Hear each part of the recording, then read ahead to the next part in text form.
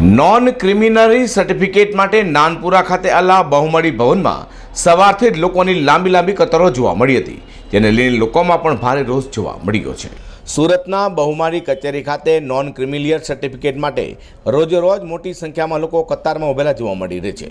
તે ડિજિટલાઇઝેશનની વાત કરીએ છીએ, પેપરની વાત કરીએ છીએ, પરંતુ હકીકત એ છે કે આજે પણ લોકો પેપરવર્કનું વધુ પડતું થતું હોવાથી લોકોને ભારે હાલાકી ભોગવવી પડે છે।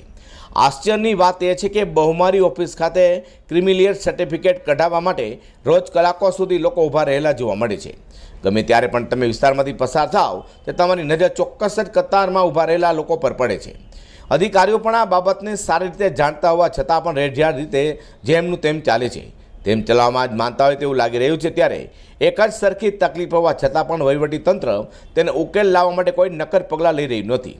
જાણે અધિકારીઓને મન મનાવી લીધું હોય કે લોકોનું કામ સરળતાથી આધુનિક પદ્ધતિનો ઉપયોગ કરીને કરવા નહીં અને કલાકો સુધી તેમને લાઇનમાં ઊભા રાખવા।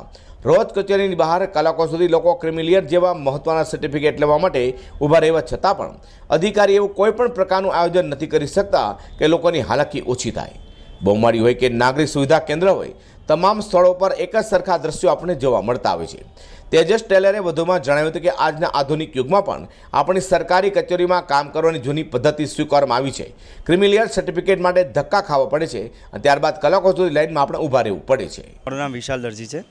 અમે અહીં નોન ક્રિમિનલ સર્ટી કરાવવા માટે આવ્યા છે, જેના માટે ખૂબ લાંબી પ્રોસેસ છે અને ઘણો સમય પણ લાગી રહ્યો છે, જેના માટે અહીંથી અહીં ગવર્મેન્ટનો કામ તો બધાને ખ્યાલ છે તે પ્રમાણે ધક્કા ખાવા પડે છે અને સવારના આવીને ઊભા છે, હજુ સુધી નંબર લાગ્યો નથી અને બીજું કામ મૂકીને પણ અમારે અહીંયા સર્ટી કરાવવા માટે લાઇનમાં ઊભા રહેવું પડે છે।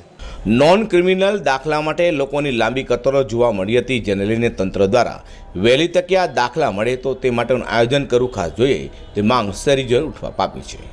અઝર કુરેશી સાથે પ્રકાશવાળા।